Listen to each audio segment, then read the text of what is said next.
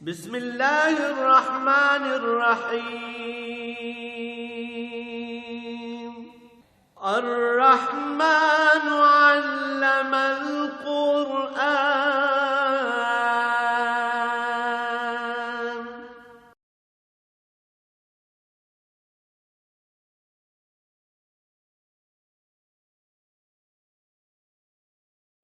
الحمد لله رب العالمين، والصلاة والسلام على حبيبه محمد وآله وصحبه أجمعين. أعوذ بالله من الشيطان الرجيم. بسم الله الرحمن الرحيم. يا أيها الذين آمنوا اذكروا الله ذكرا كثيرا وسبحوه بكرة وأصيلا. والذي يصلي عليكم وملائكته ليخرجكم من الظلمات إلى النور وكان بالمؤمنين رحيما. تحيتهم يوم يلقونه سلام وأعد لهم أجرا كريما. اللهم سبحانك لا علم لنا إلا ما علمتنا إنك أنت العليم الحكيم. مولاي صل وسلم دائما أبدا على حبيبك خير الخلق كلهم.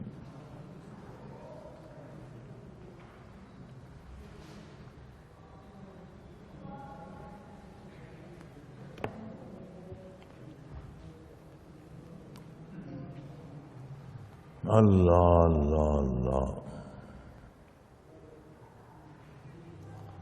یا ایھا الذین آمنوا اذکروا اللہ ذکرا کثیرا. اے وہ لوگو جنہیں ایمان نصیب ہے،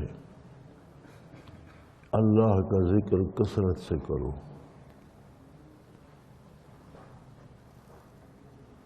وسبحوہ بکرۃ واصیلا. صبح و شام علی الدوام اس کی پاکی بیان کرو کہ وہی کریم ہے جو تم پر مسلسل رحمت نازل فرماتا ہے، اور اس کے فرشتے ہمہ وقت تمہارے لیے دعا کرتے ہیں کہ تاکہ تمہیں اندھیروں سے نکال کر روشنی کی طرف لے جائے، اور وہ ایمان والوں پر بہت مہربان ہے.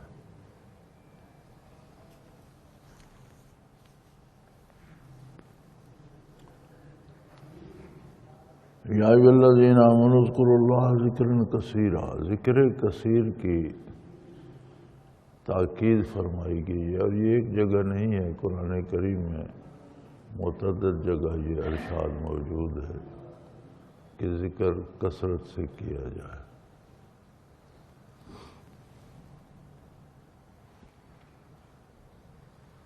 اللہ کریم نے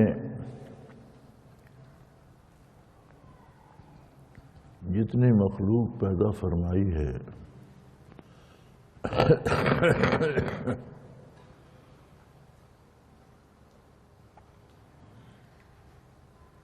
اس میں اشرف المخلوقات انسان کو بنایا ہے. انسان کو وہ شعور بخشا ہے کہ یہ اپنی حیثیت کے مطابق ذات باری کو پہچان سکتا ہے. معرفت الہی نصیب ہوتی ہے ایسے، اگرچہ ہر فرد کا معرفت کا اپنا درجہ ہے، جتنی جس میں استعداد ہے، جتنا جس کا مقام ہے، لیکن انسان میں استعداد موجود ہے. تا دم آخر اگر اسے ایمان نصیب نہیں ہے تو یہ استعداد دب جاتی ہے، موجود رہتی ہے. جب بھی کبھی ایمان لے آئے تو یہ پھر تازہ دم ہو جاتی ہے. اگر اسلام کے باہر موت واقع ہو جائے تو پھر اس کی واپسی کی گنجائش نہیں رہتی۔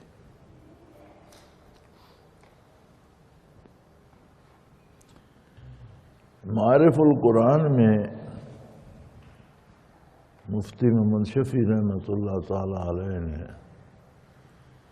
حضرت ابن عباس رضی اللہ تعالی عنہ سے ایک حوالہ دیا ہے، الفاظ تو مجھے یاد نہیں ہوں گے، مفہوم یہ ہے کہ حضرت فرماتے ہیں کہ اللہ کی جتنی عبادتیں ہیں ان کی حد ہے، اوقات ہیں، حدود و قیود ہیں۔ نمازیں 5 فرض ہیں، ان کے اوقات ہیں، پاکیزہ ہونا، وضو کرنا، لباس کا پاک ہونا، قبلہ رو ہونا، بہت سی شرائط ہیں۔ رمضان الشریف کا مہینہ مقرر ہے، اوقات مقرر ہیں۔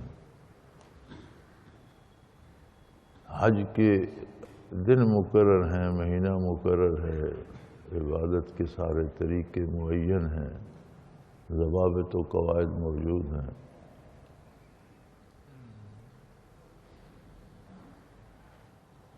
زکوٰۃ سال میں ایک بار ہے، اس کے قاعدے ضابطے سب موجود ہیں۔ لیکن ذکر ایک ایسی عبادت ہے کہ اس کی نہ کوئی حد ہے نہ کوئی قید ہے، نہ کوئی اس کا وقت ہے نہ کوئی حالت ہے۔ وضو ہے ٹھیک ہے، نہیں ہے ٹھیک ہے، گرمی ہے سردی ہے، گھر میں ہے سفر میں ہے۔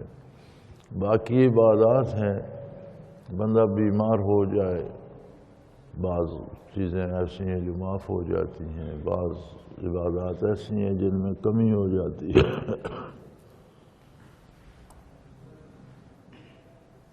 بعض رہ جاتی ہیں عبادات، پھر قضا ہو سکتی ہیں۔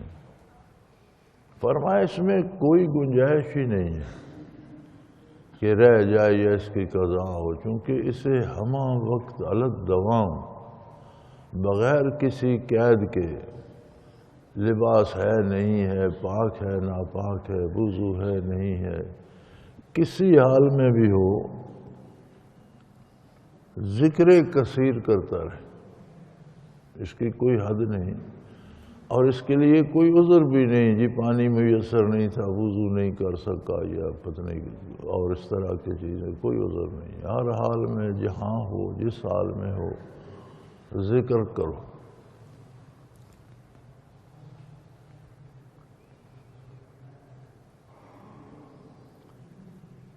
اور الگ دمام اس کی پاکی بیان کرتے رہو، بکرتم و اصیلا،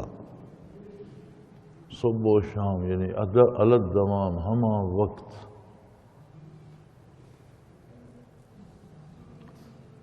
اس سے مقصود کیا ہے جس کی اتنی بڑی تلقین کی گئی، اتنی تاکید کی گئی کہ ہر حال میں کرو، ہمیشہ کرو۔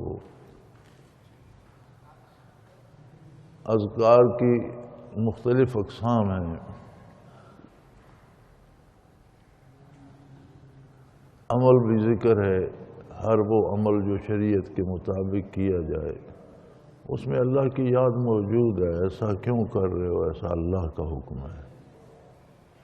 عملی ذکر ہے، زبان سے کیا جاتا ہے، لسانی ذکر ہے، تسبیحات پڑھی جاتی ہیں، تلاوت کی جاتی ہے، عبادات کی جاتی ہیں، لیکن کسی میں دوام نہیں ہے۔ عملی ذکر بھی اوقات کا، معین اوقات کا محتاج ہے، زبانی ذکر بھی اپنے اوقات کا محتاج ہے، بندہ سو جائے، بے ہوش ہو جائے، زبان بند ہو جائے گی، اور ویسے بھی زندگی بھر کی ترجمانی زبان نے کرنی ہوتی ہے، صرف ذکر پر کہاں لگی رہے گی۔ یہ ذکر کثیر یا ذکر دوام یہ قلب کا فعل ہے۔ قلب جب ذاکر ہو جاتا ہے تو پھر وہ ہمہ وقت اور ہمیشہ ذکر کرتا رہتا ہے۔ لیکن اتنے ذکر کی انسان کو ضرورت کیوں پیش آئی؟ اللہ کریم نے اتنا تاکیدی حکم کیوں ارشاد فرمایا؟ یہ جو استعداد معرفت کی دی گئی ہے انسان کو، اس میں انسان میں استعداد موجود ہے، لیکن وہ استعمال تب ہو سکتی ہے، اس پر پھل تب آتا ہے، اس کے ثمرات تب مرتب ہوتے ہیں جب ذکر دوام نصیب ہو۔ مسلسل ہمہ وقت رات دن کا ذکر جو ہے وہ اسے پالش کرتا ہے، چمکاتا ہے، صاف کرتا ہے، تاکہ وہ برکات الہی اور رحمت الہی اور تجلیات الہی کو قبول کر سکے۔ کیونکہ دوسری طرف بارگاہ الوہیت میں سے فرمایا والذی یصلی علیکم، وہ تو ہر آن تم پر رحمتیں برساتا رہتا ہے۔ کوئی لمحہ ایسا نہیں ہے کہ جب ایمان والوں پر اللہ کی رحمتیں نازل نہیں ہو رہی۔ والذی یصلی علیکم، وہ ہستی ہے جو ہمیشہ تم پر رحمت برساتی رہتی ہے۔ ملائکتہ، اور اس کے فرشتے ہمیشہ دست بدعا رہتے ہیں کہ اللہ تم پر مزید رحمتیں برسائے۔ یعنی ذات باری خود اپنے کرم و احسان سے رحمتیں برساتی رہتی ہے اور اللہ کریم برساتے رہتے ہیں، اور فرشتے ہمہ وقت دعا میں مشغول رہتے ہیں کہ اللہ ایمان والے بندوں پر رحمتیں نازل فرما۔ نہ بارگاہ الہی سے نزول رحمت میں انقطاع ہے، نہ فرشتوں کی طرف سے اس دعا میں کہیں رکاوٹ ہے۔ اب انسان ہے کہ وہ اسے قبول بھی کرے۔ باران رحمت نازل ہوتی ہے تو جو کھیتیاں سنبھالی جاتی ہیں، جن پر محنت کی جاتی ہے، ہل چلائے جاتے ہیں، تیار کی جاتی ہیں، کھاد ڈالی جاتی ہے، بیج ڈالے جاتے ہیں، فصل انہی میں اگتی ہے۔ باقی زمین بھی ہو تو اس میں جھاڑ جھنکاڑ اگتے ہیں، اور اگر چٹانیں ہوں تو کچھ بھی نہیں ہوتا۔ تو جسے نور اسلام نصیب نہیں ہے اس کا دل چٹان کی مانند ہے، اسے کوئی فرق نہیں پڑتا۔ بندے مومن بھی جسے دین نصیب ہے، وہ بھی اگر ذکر دوام نہیں کرتا تو گویا اس نے اپنی کھیتی تیار نہیں کی۔ اس پر بھی بارش برسے گی تو گھاس پھوس ہی ہوگی، جھاڑیاں ہی اگیں گی، فصلیں نہیں ہوں گی۔ اور یہ ذکر دوام گویا دل کی کھیتی کو تیار کرنے کا عمل ہے، جو رحمت الہی کو قبول کر کے پھل دیتی ہے انسان کو۔ اور وَكَانَ بِالْمُؤْمِنِينَ رَحِيمًا، جہاں تک ذات باری کا تعلق ہے وہ ایمان والوں پر بے پناہ مہربان ہے۔ اس کی مہربانیوں کا، اس کی رحمتوں کا، اس کے کرم کا کوئی کنارہ نہیں ہے۔ ناپیدا کنار ایک بیر ذخار ہے جو ہمہ وقت مومنین پر رحمت نازل فرما رہا ہے۔ حتیٰ تحیتہم یوم یلقونہ سلام، حتیٰ کہ جب اس کی بارگاہ میں حاضر ہوں گے تو اس کی طرف سے سلامتی کا تحفہ مومنین کو ملے گا۔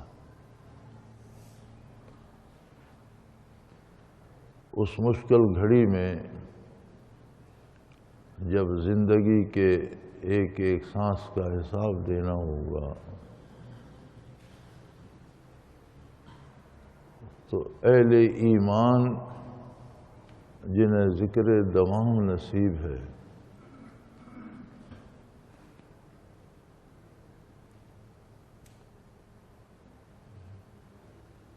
انہیں اس وقت اللہ کی طرف سے سلامتی کا تحفہ ملے گا۔ وَأَعَدَّ لَهُمْ أَجْرًا كَرِيمًا، اور ان کے لیے بہت ہی عمدہ بدلہ تیار کر رکھا ہے اللہ نے، بہت ہی بہترین معاوضہ، بہترین اجرت، بہترین انعامات تیار کر رکھے۔ یہ ذکر دوام یہ کہاں سے آئے، کیسے ملے،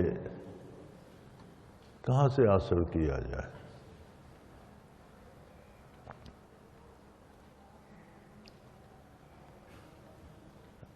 یہ ملتا ہے بارگاہ رسالت پناہی علی صاحب الصلاۃ والسلام سے۔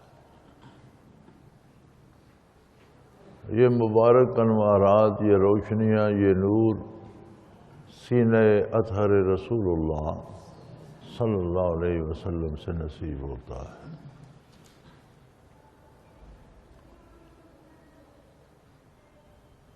تمام جہانوں کے خوش قسمت ترین انسان وہ تھے انبیاء کے بعد جنہیں براہ راست صحبت رسالت مآب صلی اللہ علیہ وسلم نصیب ہوئی۔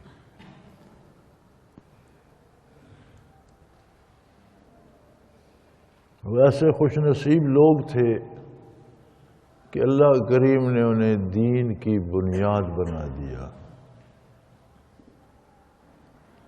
وہ ایک بحر زخار،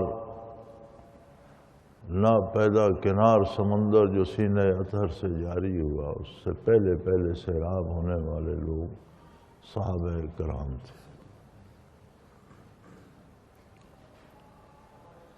بعد از نبوت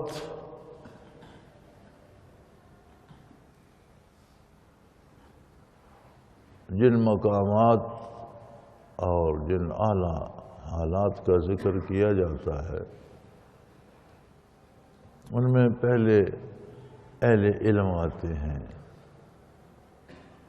علوم ظاہری کے ماہرین جنہوں نے خلوص سے سیکھا اور جاں فشانی سے آگے پہنچایا، وہ بہت خوش نصیب لوگ ہیں، بڑا مقام ہے ان کا۔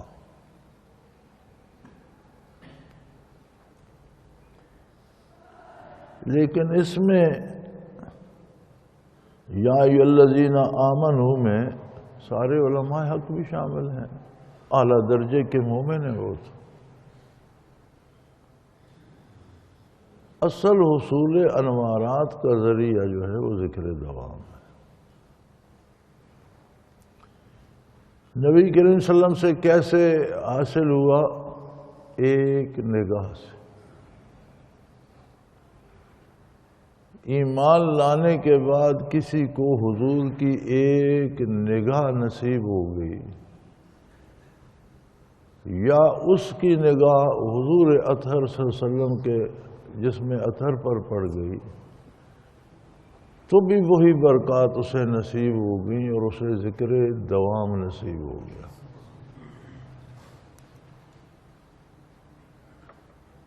اس کا سینہ روشن ہو گیا، اس کا قلب ذاکر ہو گیا۔ قلب جب ذاکر ہوتا ہے تو ایک ایک ذرہ خون کا ذاکر ہوتا ہے، پھر انسانی وجود کا ایک ایک سیل ذاکر ہوتا ہے۔ اور جدید سائنس کے مطابق انسانی وجود میں 10 کھرب سیل ہیں، تو 10 کھرب سیل ذاکر ہو جاتے ہیں تب جا کر ذکر کثیر بنتا ہے۔ اور جب قلب ذاکر ہوتا ہے تو یہ رکتا نہیں، کیونکہ یہ تو ماں کے پیٹ سے اس کی دھڑکن شروع ہوتی ہے اور موت تک جا کر موت پر ختم ہوتی ہے۔ تو اس کی ہر دھڑکن کے ساتھ ایک وجود سے 10 کھرب اللہ اللہ کرتے ہیں، 10 کھرب سیل اللہ اللہ کرتے ہیں، تب جا کر ذکر کثیر بنتا ہے، اور وہ بھی علی الدوام، اور اللہ نصیب کرے اور اس پر خاتمہ نصیب ہو۔ صحابہ کرام میں بھی یہ برکت تھی، جو ان کی مجلس میں آیا وہ تابعی ہو گیا۔ تابعین میں بھی یہ برکت تھی جو ان کی مجلس میں آیا وہ تبع تابعی کہلایا، اور یہ خیر القرون ہے، قرون اولا جسے کہتے ہیں۔ نبی کی صلی اللہ علیہ وسلم کا ارشاد عالی ہے کہ میرا زمانہ سب سے بہتر ہے، پھر اس کے بعد کا، پھر اس کے بعد کا۔ تو ان تین زمانوں کو خیر القرون کہتے ہیں، یا قرون اولا بھی کہہ دیتے ہیں۔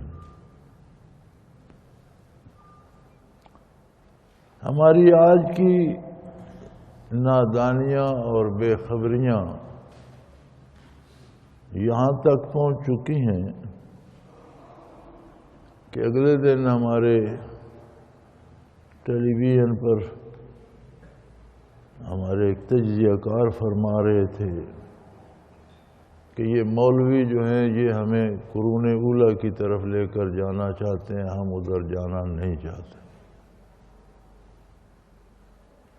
تو میں سوچ رہا تھا کہ اس غریب کو نے سنا ہوا ہے قرون اولا کے بارے، اس سے پتہ بھی نہیں کہ قرون اولا کہتے کس کو ہیں اور اس کی کیا فضیلت ہے۔ یعنی ہم بچھڑتے بچھڑتے بچھڑتے اتنے دور چلے گئے۔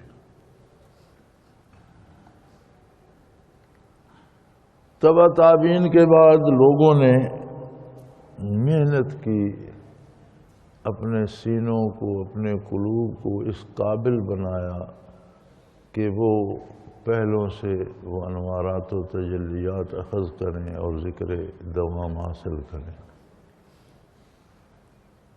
اب یہ سلسلہ قیامت تک چلتا رہے گا۔ کسی خوش نصیب کو ظاہری علم نصیب ہوگا تو وہ بھی اس کی بہت بڑی شان ہے، اللہ کا بہت بڑا احسان ہے اگر اس علم کے ساتھ اسے توفیق عمل نصیب ہو جائے۔ کسی کو قرآن کا حفظ نصیب ہو گیا، کسی کو قرأت نصیب ہو گئی، کسی کو حدیث شریف پہ عبور نصیب ہو، یہ سارے اللہ کے احسانات کے مختلف پہلو ہیں۔ لیکن ذکر سے استثناء کسی محدث کو بھی نہیں، کسی فقیہ کو بھی نہیں، کسی عالم کو بھی نہیں، سب کے لیے ذکر علی الدوام ضروری ہے۔ نہ کسی عام مسلمان کو اس سے استثناء ہے، نہ کسی عالم کو، نہ کسی مفتی کو۔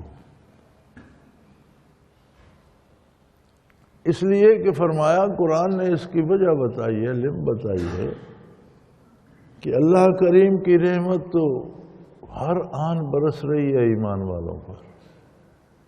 اس کے فرشتے بھی دست بدعائیں کہ اللہ ان پر رحمت نازل فرما، اور وہ خود فرما رہا ہے۔ اب آگے استعداد چاہیے قبولیت کی بھی۔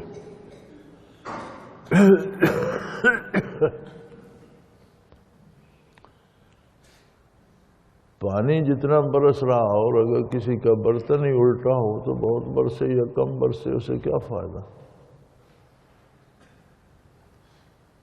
تو یہ دل کا پیالہ سیدھا کرنے کی بات ہے، چونکہ ہمہ وقت والذی یصلی علیکم وملائکتہ لیخرجکم من الظلمات الی النور۔ آدمی دنیا کی ظلمتوں میں پھنسا ہوا ہوتا ہے، اس کے لیے رحمت الہی برس رہی ہے۔ یہ ذکر دوام ہے جو اسے ان تاریکیوں سے نکال کر ان روشنیوں، ان انوارات کی طرف لے جاتا ہے جو اللہ کریم کی طرف سے ہمہ وقت نازل ہو رہے ہیں۔ اور یہ اللہ کریم کا بہت بڑا احسان ہے، بہت بڑی رحمت ہے اس کی، بے پناہ کرم ہے اس کا کہ ہمہ وقت نزول رحمت جاری ہے۔ ہم اپنی زندگیوں کو جب دیکھتے ہیں تو دن بھر لوگوں سے ہی واسطہ رہتا ہے، حیرت ہوتی ہے کوئی بندہ مطمئن نہیں، ہر بندہ پریشان حال، ہر بندہ دکھی، ہر بندے کی زبان پہ شکوہ ہے۔ اللہ کریم فرماتے ہیں میں علی الدوام رحمت نازل فرما رہا ہوں، میرے فرشتے بھی ہمہ وقت دعا کر رہے ہیں، تو فرشتے بھی دعا کر رہے ہیں، اللہ کریم رحمتیں نازل فرما، پھر پریشانی کس بات کی؟ لیکن بندہ جو بھی ملتا ہے وہ پریشان ہے۔ وہ جو قبول رحمت کی استعداد پیدا کرنی تھی دوام ذکر سے، لوگوں نے وہ چھوڑ دی، دلوں کو چٹانیں بنا لیا، ان پر ابر کرم برستا بھی رہے تو کیا فائدہ، پریشانیاں ہی پریشانیاں رہیں۔ اللہ کی طرف سے کمی نہیں ہوئی، اللہ کے فرشتوں کی طرف سے کمی نہیں ہوئی، ہماری طرف سے کمی ہے کہ ہم نے ذکر دوام چھوڑ ہی دیا ہے۔ چھوڑنے پر اکتفا کرتے تو بھی بات تھی، کوئی کسی کو نصیب ہو کوئی کرتا ہو تو ہم اسے روکنے کی بھی بھرپور کوشش کرتے۔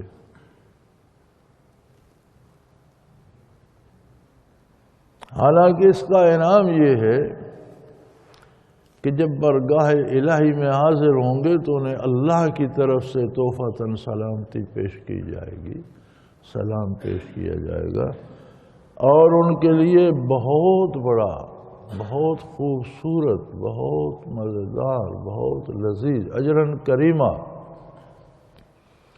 بہت خوبصورت، بہت میٹھا، بہت لذیذ اجر اللہ انہیں عطا فرمائے گا۔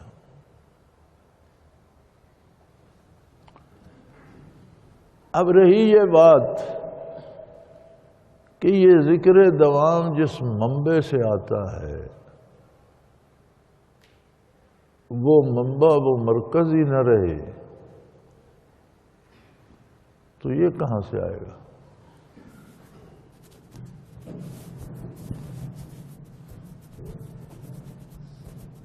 حضور اکرم صلی اللہ علیہ وآلہ وسلم کو تو دنیا سے پردہ فرمائے صدیاں بیت گئیں، مرکز اور منبع حضور اکرم صلی اللہ علیہ وسلم کی ذات ستودہ صفات تھی۔ تو اگر وہی دروازہ بند ہو گیا تو اس کی تلقین کا کیا فائدہ؟ اور اللہ سب کو حکم تو قیامت تک دے رہے ہیں ذکر دوام کرو، تو یہ آئے گا کہاں سے؟ فرمایا یا ایھا النبی انا ارسلناک شاہدا، اے میرے حبیب ہم نے آپ کو گواہ بنا کر بھیجا ہے، ومبشرا ونذیرا، بھلے کام کی بہترین اجر کی بشارت دینے والے ہیں، اور برے کام یا غلطی کے برے نتائج سے بر وقت آگاہ کرنے والے ہیں۔ 3 منصب ہو گئے نبی کریم صلی اللہ علیہ وسلم کے علی الدوام۔ ایک کہ آپ شاہد ہیں، آپ گواہ ہیں، یعنی بعثت عالی سے لے کر قیامت کے آخری انسان تک جو عمل بھی کوئی کرے گا اس کی گواہی حضور اکرم صلی اللہ علیہ وسلم دیں گے کہ اس کا حکم اور اس کا طریقہ میں نے بتایا تھا تو وہ قابل قبول ہے، اور اگر آپ کے ارشاد کردہ طریقے کے خلاف ہے تو وہ رد ہے۔ یہ دائمی منصب جلیلہ ہے نبی کریم صلی اللہ علیہ وسلم کا۔ ہر نیک کام پر، اللہ کی اطاعت پر آپ اخروی نیک اجر کی بشارت دینا آپ کا منصب جلیلہ ہے۔ جو غلطی انسان آج کر رہا ہے وہ عقیدے میں ہے یا عمل میں ہے، اس کے جو خطرناک نتائج ہوں گے ان سے بھی آج آگاہ کرنا یہ منصب جلیلہ ہے رسول اللہ صلی اللہ علیہ وسلم کا۔ آج بھی کردار کو ضرورت ہے کہ اس کی تصدیق ارشادات نبوی سے ہو۔ آج بھی نیکی پر خوشخبری حضور کی بارگاہ سے مل رہی ہے۔ آج بھی گناہوں پر ان کے جو نتائج ہوں گے ان سے آگاہی بارگاہ رسالت سے مل رہی ہے۔ یہ وقتی بات نہیں ہے، یہ دائمی بات ہے۔ آپ اس دنیا میں جلوہ افروز تھے یا یہاں سے پردہ فرما گئے، آپ کے ارشادات اللہ کا قرآن موجود ہے، اس کی ساری تفسیر حدیث شریف موجود ہے، اور وہ منصب جلیلہ آج بھی اسی طرح انجام پا رہا ہے جس طرح آپ جب دنیا میں موجود تھے تو انجام پاتا تھا۔ اور خوش قسمت ہے وہ لوگ جن کو اللہ نے اس کی توفیق دی ہے اور جو یہ باتیں بتاتے ہیں۔ وَدَاعِيًا إِلَى اللَّهِ بِإِذْنِهِ، اگلا منصب آپ صلی اللہ علیہ وسلم کا ہے کہ اللہ کی طرف اللہ کی اجازت سے دعوت دینے کا منصب جلیلہ آپ کا ہے۔ آج بھی اور قیامت تک بھی کہیں کوئی دعوت ہوتی ہے، کہیں اسلام کی بات ہوتی ہے، کہیں ایمان کی بات ہوتی ہے، تو بتائیے یہ کہاں جا کر پہنچتی ہے کہ نبی کریم صلی اللہ علیہ وسلم نے یہ دعوت دی تھی۔ آج بھی وہ دعوت حق، اس کا ثبوت حضور اکرم صلی اللہ علیہ وسلم کے ارشادات ہیں، قرآن کریم ہے۔ قرآن کریم بھی ہمارے پاس کہاں سے آیا؟ وحی الہی تو صرف ایک ہستی پہ نازل ہوئی اور وہ ہے آقا نامدار صلی اللہ علیہ وسلم۔ قرآن بھی ہمارے پاس حضور کی وساطت سے آیا اور حضور نے فرمایا یہ قرآن ہے تو ہم مانتے ہیں یہ قرآن ہے۔ اور کتنے خوش نصیب تھے وہ لوگ اور کتنے خوش نصیب ہیں وہ لوگ جو اس کلام حق کو سینہ بسینہ حفظ کرا کے پڑھا کے زبانی ذہنی عملاً مفہوم کے ساتھ اسے آگے بڑھا رہے ہیں۔ یہ سارے کس کا کام کر رہے ہیں؟ محمد الرسول اللہ صلی اللہ علیہ وسلم۔ منصب آپ کا ہے، مقام آپ کا ہے، یہ سارے آپ کے غلام ہیں جو اس کام میں لگے ہوئے ہیں۔ وَدَاعِيًا إِلَى اللَّهِ بِإِذْنِهِ، آپ کی دعوت اللہ کے حکم سے مسلسل چل رہی ہے۔ وَسِرَاجًا مُنِيرًا، اور آپ وہ روشن چراغ ہیں جس کی روشنیاں الگ دوام تقسیم ہو رہی ہیں۔ نبی کریم صلی اللہ علیہ وسلم دنیا سے پردہ فرما گئے،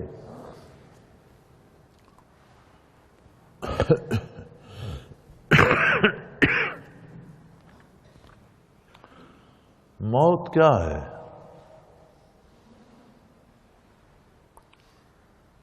موت کو سمجھا ہے غافل اختتام زندگی ہے، یہ شام زندگی صبح دوام زندگی۔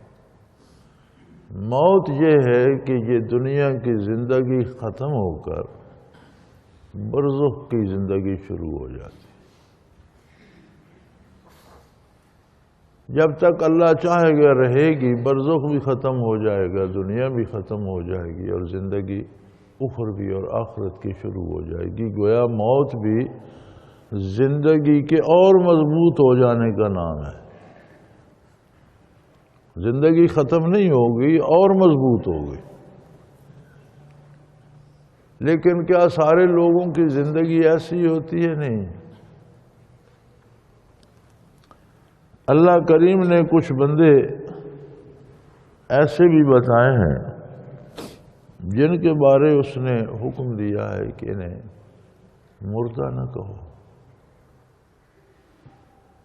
لا تقولوا لمن يقتل في سبيل الله اموات، اللہ کی راہ میں جو لوگ قتل ہو جاتے ہیں۔ اب قتل کا فعل جو ہے وہ بدن پہ صادر ہوتا ہے، گولی سے مرے، تلوار سے مرے، چھری سے مرے، بدن کے پرخچے اڑ جاتے ہیں، اور پھر اس کا جنازہ ہوتا ہے، اسے دفن کر دیا جاتا ہے، لیکن اللہ کریم فرماتے ہیں اسے مردہ نہ کہو۔ یا اللہ کیا کہیں؟ فرمایا بل احیاء، وہ زندہ ہیں۔ گویا قتل کے بعد بھی دنیا سے تو چلے گئے، لیکن ان کی روح کا تعلق بدن کے ساتھ ایسا ہی ہے جیسا کسی بھی زندہ انسان کا ہوتا ہے۔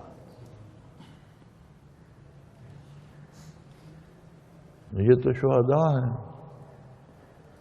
ایک پابندی اور بھی لگائی اللہ نے، وَلَا تَحْسَبَنَّ الَّذِينَ قُتِلُوا فِي سَبِيلِ اللَّهِ، جو اللہ کی راہ میں قتل ہوتے ہیں ان کے بارے یہ گمان بھی نہ کرو، یہ سوچو بھی نہیں کہ وہ مر گئے، وہ زندہ ہیں۔ موت جب آتی ہے تو یہ دنیا کا جو معین وقت اللہ نے بنایا تھا کسی کے رہنے کا، یہ ختم ہو جاتا ہے۔ روح بدن سے الگ ہو جاتی ہے، مکلف بذات روح ہو جاتی ہے اور بدن بالواسطہ مکلف ہوتا ہے۔ جیسے دنیا میں مکلف بذات بدن ہے، گرمی سردی بھوک پیاس بدن کو لگتی ہے، روح اس کے ساتھ ہے، بدن کو تکلیف ہو وہ بھی دکھی ہوتی ہے، بدن کو آسائش ہو وہ بھی خوش ہوتی ہے۔ برزخ میں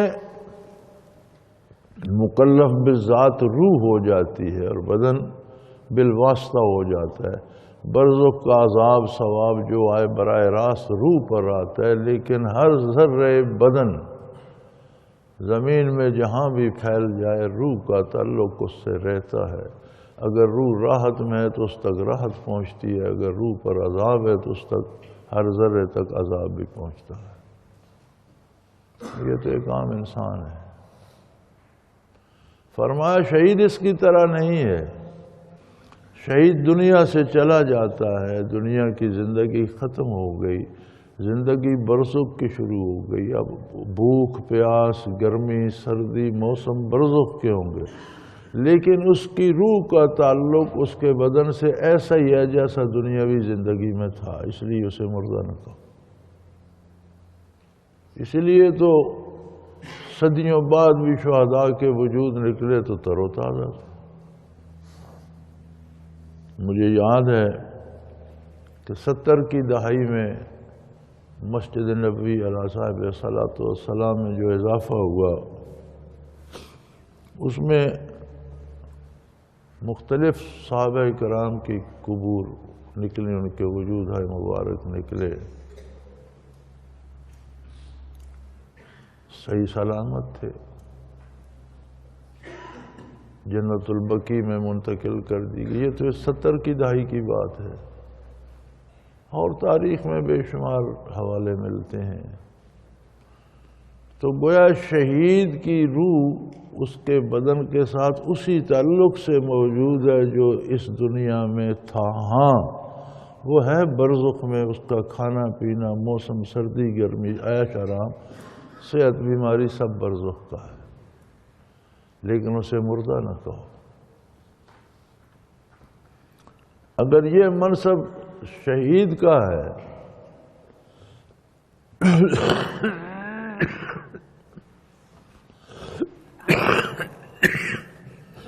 تو نبوت کے بعد مرتبہ صدیقین کا ہے، من النبیین والصدیقین والشہداء، شہید کا درجہ تیسرا ہے۔ تو گویا کوئی صدیق ہے تو اس کی زندگی شہید سے توانا تر ہوگی، اس کا مرتبہ بلند ہے، اور سب سے اعلی مرتبہ انسانیت میں انبیاء علیہم السلام کا ہے۔ تو اگر آپ شہید کو مردہ نہیں کہہ سکتے تو نبی کو کیسے کہو گے بھائی؟ نبی تو وہ ذات ہے کہ جس کے ارشاد کی تائید میں جس نے جان دی وہ بھی شہید ہے، مرا نہیں۔ شہادت اب تو عام ہو گئی ہے نا، کسی کا پاؤں پھسلے تو وہ شہید ہو گیا، کسی نے قتل و غارت کی پھانسی لگا شہید ہو گیا، کسی نے ملک کو لوٹا پھانسی لگ گیا شہید ہو گیا۔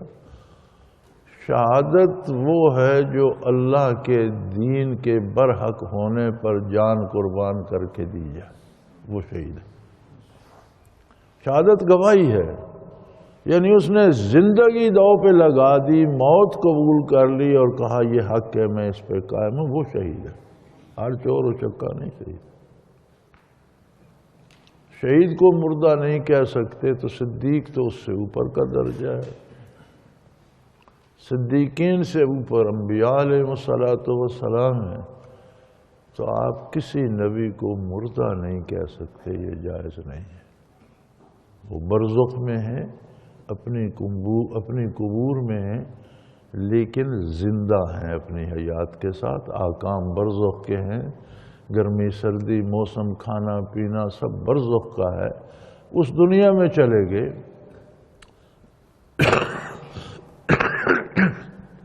لیکن تمام انبیاء زندہ ہیں۔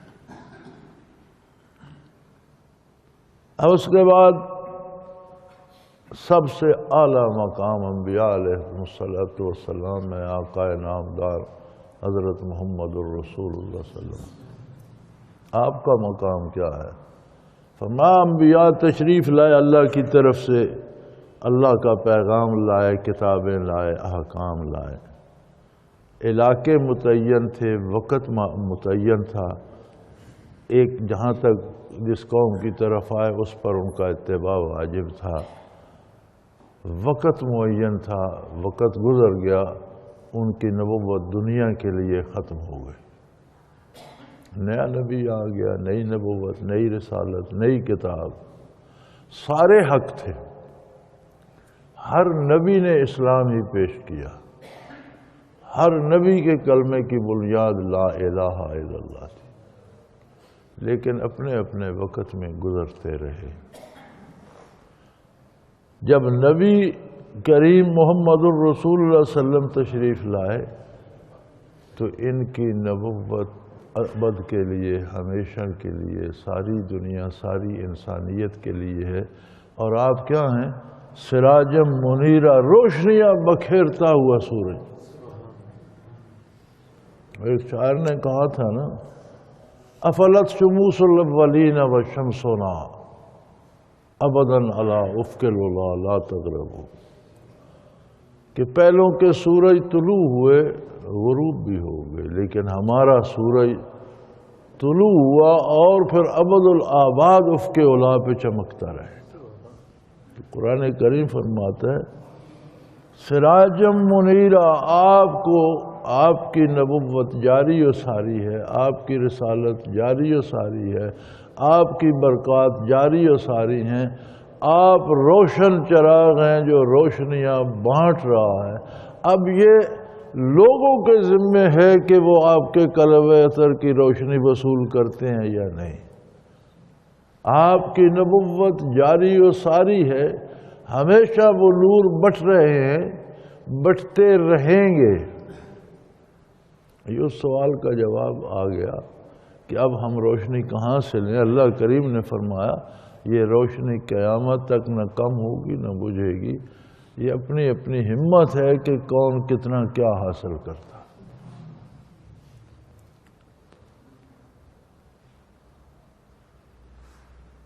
وبشر المومنین، فرمایا بشارت دیجئے، خوشخبری دیجئے ایمان والوں کو، جنہیں ذکر دوام کا اللہ نے حکم دیا تھا اور جو ذکر دوام کر رہے ہیں انہیں خوشخبری دیجئے کہ بھائی تمہارا سورج افق علا پہ چمک رہا ہے، تمہیں اپنا دل صرف صاف کرنا ہے۔ آپ روشنی کے سامنے ایک آئینہ کرتے ہیں تو کتنی بھڑک اٹھتی ہے، آپ پتھر رکھے تو پتھر پر روشنی کا کیا اثر ہوگا؟ تو فرمایا مومن ایمان والوں کو تم مبارکباد دیجئے کہ اللہ نے برکات محمد الرسول اللہ کو دوام بخش دیا، آپ کی نبوت کو دوام ہے۔ آج آپ آج بھی نبی ہیں، آپ کل بھی نبی ہوں گے، آپ ہمیشہ نبی رہیں گے۔ جب نبوت قائم و تابندہ ہے تو اس کی ساری برکات بھی زندہ و تابندہ ہیں۔ گویا یہ بحر ذخار ہے تجلیات و انوارات کا جو ٹھاٹھے مار رہا ہے۔ اب یہ مومن کی ہمت ہے کہ اس میں سے کتنا حاصل کرتا ہے۔ بشر المومنین بان لہم من اللہ فضلا کبیرا، مومنین کو مبارک دیجئے کہ ان پر اللہ کا کتنا بڑا فضل، کتنا بڑا احسان ہے۔ پہلے انبیاء کی طرح حضور اکرم صلی اللہ علیہ وسلم کی نبوت کا بھی عرصہ معین ہوتا، 1000 سال، 2000 سال، 4000 سال تو ختم ہو جاتا۔ جب ختم ہو جاتا تو نبوت کی برکات منقطع ہو جاتی، پھر کوئی برکت نہ لے سکتا۔ فرمایا یہ تو اس کا بڑا احسان ہے کہ اس نے ہمیشہ کے لیے آپ کی نبوت کو جاری و ساری فرما دی۔ جب کوئی چاہے، جہاں چاہے، وہیں اپنا دل صاف کرے، وہیں برکات، وہیں انوارات، وہیں تجلیات مل جائیں۔ وَلَا تُطِعِ الْكَافِرِينَ وَالْمُنَافِقِينَ وَدَعْ أَذَاهُمْ، میرے حبیب جنہیں ایمان ہی نصیب نہیں، ان کو آپ سے کیا تھا؟ جس کا عقیدہ ہی درست نہیں، اس کا آپ سے کیا واسطہ؟ جو ایمان ہی نہیں لایا، آپ اس کی پرواہ کیوں کریں؟ اس کی بات کی کوئی اہمیت ہی نہیں ہے۔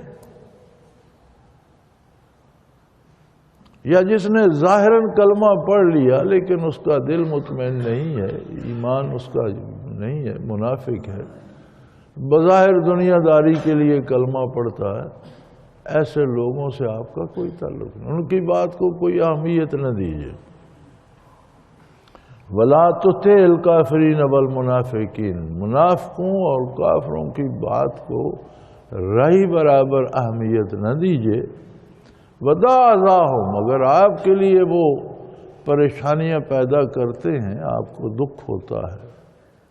کیا عجب ذات کریم تھی نبی پاک صلی اللہ علیہ وسلم کی کہ کافر کفر کرتا، منافق نفاق کرتا، دکھ حضور کو ہوتا کہ یہ بھی اللہ کی مخلوق ہے، یہ محروم رہ جائے گا۔ ہے کوئی ایسا کریم؟ فرمایا آپ کو دکھ ہوتا ہے، اور دکھ حضور کو یہ ہوتا تھا کہ میں انسانیت کی طرف مبعوث ہوا ہوں، یہ بھی انسان ہے، ایک فرد ہے، کاش یہ مجھ سے مستفید ہوتا، برکات حاصل کرتا، یہ بیچارہ محروم رہ جائے۔ وَدَعْ أَذَاهُمْ، ان کی پرواہ نہ کیجئے، ان کے دکھوں کو بھول جائیے۔ وَتَوَكَّلْ عَلَى اللَّهِ، آپ صرف اپنے اللہ پہ بھروسہ کیجئے۔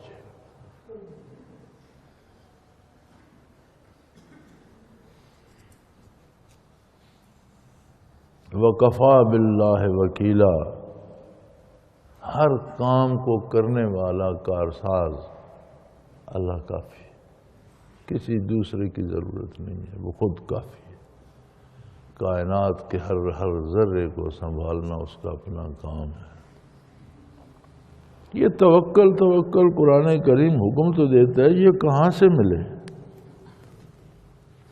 ہم بھی توکل کہتے تو رہتے ہیں، لیکن مختلف دروازوں پہ جو باسائی کرتے ہیں، پھر مختلف ہیلے بہانے کرتے ہیں، جائز ناجائز طریقوں سے اپنے کام نکلوانے کی کوشش کرتے ہیں، تو توکل کہاں سے ہو؟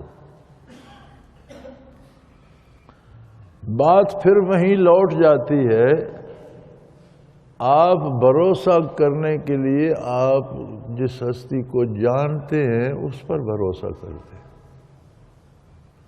آپ کسی کو جانتے ہیں کہ میرے ساتھ اس کا تعلق بھی ہے اور یہ بندہ بڑا بہادر ہے، تو کسی وقت اس پہ بھروسہ کر لیتے ہیں۔ آپ سمجھتے ہیں کہ یہ مجھ پہ بڑا مہربان ہے، میری جگہ کروڑوں لٹا دے گا، آپ کا اس سے تعلق بھی ہے، جانتے بھی ہیں، پھر آپ بھروسہ کر سکتے۔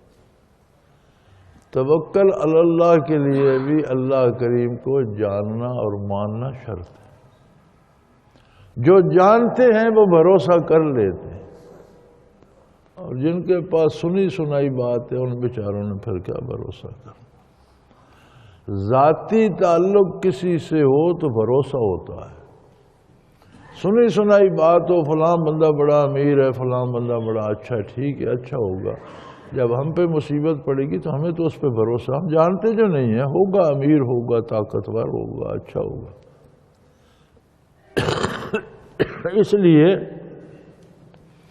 ہر بندے مومن کا ذاتی تعلق ہونا چاہیے۔ وہی اس سارے پیراگراف میں اور اس سارے رکوع میں بحث ہو کر آئی ہے کہ ہر مومن آپ ذکر دوام کرو، تن کے ذرے ذرے کو، ایک ایک سیل کو ذاکر کر لو۔ ذکر دوام سے تمہارے قلب کو وہ جلا ملے گی کہ وہ عظمت الہی سے اپنی حیثیت سے آشنا ہوگا، آشنا ہوگا تو اس پر بھروسہ کر سکے۔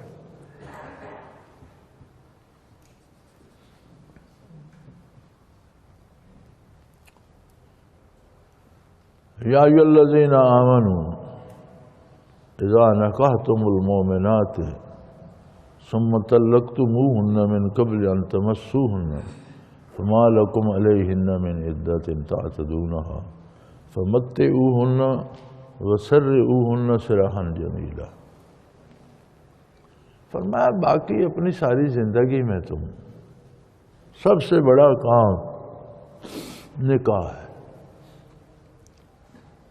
نکاح ایک ایسا مبارک کام ہے، ایک خاتون ایک مرد کو آپس میں ایک دوسرے کے لیے حلال کر لیتا۔ کس کے نام پر؟ اللہ کے نام۔ یہ ایک ایسا مقدس رشتہ ہے کہ بچوں کا باپ سے، ماؤں سے، بہن بھائیوں سے، رشتہ داروں، عزیزوں سے، دوستوں سے، ہر ایک سے پردہ ہوتا ہے۔ دو بندوں کو اللہ کے نام پر اس طرح یکجان کر دیتے کہ ان میں کوئی پردہ نہیں رہ سکتا۔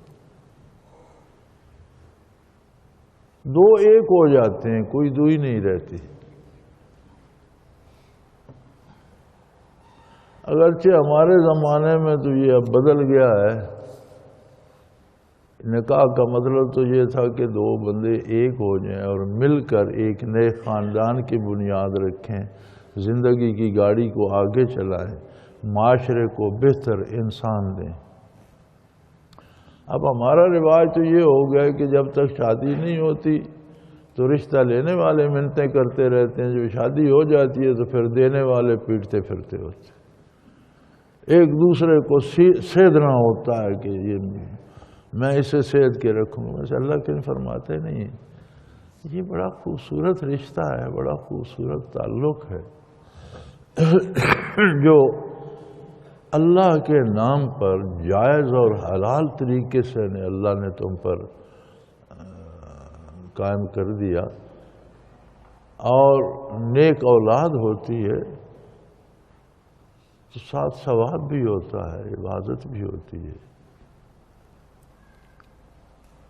لیکن فرمایا نکاح کی بھی تکمیل تب ہوتی ہے جب نکاح کے بعد میاں بیوی کو خلوت نصیب ہو۔ اگر وہ خلوت نصیب نہیں انہیں، نکاح ہو گیا پھر میاں بیوی مل کر علادگی میں نہیں بیٹھے، تو کسی وجہ سے، ہزار وجوہات ہو سکتی ہیں، کسی وجہ سے اگر نکاح توڑنا پڑ جائے، طلاق کی اہمیت کیا ہے؟ طلاق دینی پڑ جائے، کسی بڑے فساد کا اندیشہ ہو جائے تو اس بڑے فساد سے بچنے کے لیے چھوٹا سا تعلقات کو منقطع کر لینا بہتر ہے۔ لیکن فرمایا حضور اکرم صلی اللہ علیہ وسلم نے کہ حلال کاموں میں سے سب سے ناپسندیدہ کام اللہ کے نزدیک طلاق ہے۔ طلاق دینا حلال ہے لیکن اللہ کو پسند نہیں ہے۔ جب ایک دفعہ اللہ کے نام پر حلال ہو گئے تو پھر زندگی کی گاڑی کو چلاؤ۔ لیکن اگر نوبت طلاق کی ہی آ جائے تو نکاح کے بعد جس بندے نے اہلیہ سے خلوت صحیحہ نہیں کی اس پر کوئی مہر واجب نہیں ہے. مہر لازمی شرط ہے نکاح کی. ہم تو رسم پوری کرتے ہیں نا، مہر رسم نہیں ہے. مہر ایک خوبصورت طریقہ ہے کہ جو بچی نکاح ہو کر آتی ہے وہ مہمان نہیں ہوتی اس گھر میں، اس گھر کا فرد بن کر آتی. تو گھر میں ہر بندے، ہر بچے، ہر بڑے نے اپنی ملکیت، یہ کمرہ میرا ہے، یہ بھینس میری ہے، یہ گائے میری ہے، یہ کپڑا میرا ہے، یہ چارپائی میری ہے، یہ بیڈ میرا ہے. جو اوپر سے نکاح ہو کر آئے اسے بھی گھر میں ملکیت دو. وہ مہمان نہیں ہے کہ ہفتہ ٹھہرے گی چلی جائے گی، اس نے اب اسی گھر میں عمر بسر کرنی ہے. اسے اس گھر کا مالک بناؤ اور اپنی ملکیت میں سے اسے بھی دو کچھ. اور جب نکاح ہوتا ہے تو مہر واجب ہو جاتا ہے. ہم دیتے تو اس طرح سے ہیں نا کہ کوئی بابا مر جائے تو پھر بڑی بوڑھیاں لاٹھی ٹیکتی جا رہی ہوتی ہیں قبرستان. بڑی اماں کہاں جاتی ہو؟ یہ جا رہی ہوں تمہارے بابا کو مار معاف کر رہا ہوں. دیتے ویتے کوئی قبر میں معاف کرا رہے ہوتے. مہر سے مراد یہ ہے کہ آنے والی بچی کو بھی گھر کا مالک بنایا جائے. اور شرعی مہر بھی حیثیت کے مطابق ہے. جب نہ دینا ہونا تو کہتے ہیں جی مہر شرعی رکھ دو. شرعی کیا ہے؟ 32 روپے. 32 روپے کہاں تھے بھائی؟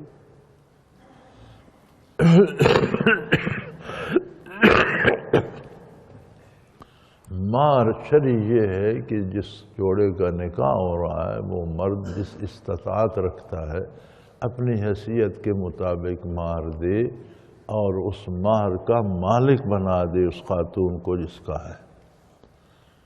لٹکاتا نہ رہے. آسن یہ ہے کہ اسے ادا کر دے تاکہ وہ بھی اس گھر کی، اس کا بھی اس گھر میں کچھ ہو، اسے ہمیشہ رہنا ہے وہاں. لیکن اگر خلوت سے یہ نصیب نہیں ہوئی اور طلاق ہو گئی تو فرمایا اگرچہ خلوت کے بغیر مہر واجب نہیں ہوتا لیکن پھر بھی طلاق بھی دو تو دشمنی نہ بناؤ، بگاڑ کے نہ دو. یعنی کوئی بڑی خرابی کے ڈر سے یہ چھوٹی خرابی کر رہے ہو تو اس میں بھی تعلقات بگاڑو نہیں. تم پر مہر واجب نہیں ہے لیکن اسے کچھ نہ کچھ پھر بھی دو تاکہ رنجش نہ رہے، دشمنی نہ بنے. وَسَرِّحُوهُنَّ سَرَاحًا جَمِيلًا، اور انہیں بہت خوبصورت طریقے سے رخصت کرو. گویا طلاق دینے کا بھی ایک سلیقہ اور ایک انداز ہے.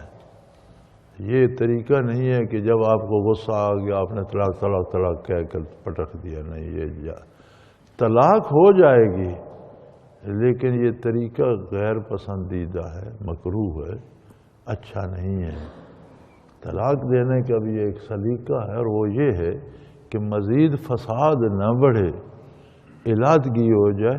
اور اگر طلاق بھی دیتے ہو تو مہر تم پر واجب نہیں جب تک خلوت نہ ہو، لیکن پھر بھی اسے کچھ نہ کچھ دے دلا کر، کوئی چند جوڑے کپڑوں کے، کوئی ایک آدھ زیور، کوئی پیسہ، جتنی آپ کی حیثیت ہے کچھ نہ کچھ دے دلا کر رخصت کریں. وَسَرِّحُوهُنَّ سَرَاحًا جَمِيلًا، اور اسے خوبصورت انداز سے رخصت کریں کہ تعلقات میں تلخی نہ آئے، دشمنی شروع نہ ہو جائے، تعلقات میں بہتری رہے. اللہ اللہ اللہ اللہ اللہ اللہ اللہ اللہ. حضرت امیر محمد اکرم آوان مد ظلہ العالی دارالعرفان منارہ ضلع چکوال میں سالہ سال سے قرآن و حدیث کے اوپر خطابات کر رہے ہیں اور سلسلہ نقشبندیہ اویسیہ کے مطابق لوگوں کو ذکر الہی کی تربیت دے رہے ہیں. وہ قرآن پاک کی تفسیر ترتیب وار بیان کر رہے ہیں۔ تفسیر قرآن کو وہ موجودہ ملکی اور بین الاقوامی حالات کے مطابق بیان کرتے ہیں۔ موٹر وے سے کلر کہار کے انٹرچینج سے نکلتے ہوئے، کلر کہار کی جھیل سے ہوتے ہوئے، میانی، بوچھال اور نور پور سے گزرتے ہوئے دارالعرفان منارہ پہنچ سکتے ہیں۔ حضرت امیر محمد اکرم آوان نے بچیوں اور بچوں کی دینی اور دنیاوی تعلیم کے لیے سقارہ اکیڈمی کے نام سے ایک درسگاہ بھی قائم کی ہے، جس کا افتتاح ملک پاکستان کے صدر جنرل محمد ضیاء الحق نے اپنے دست مبارک سے کیا تھا۔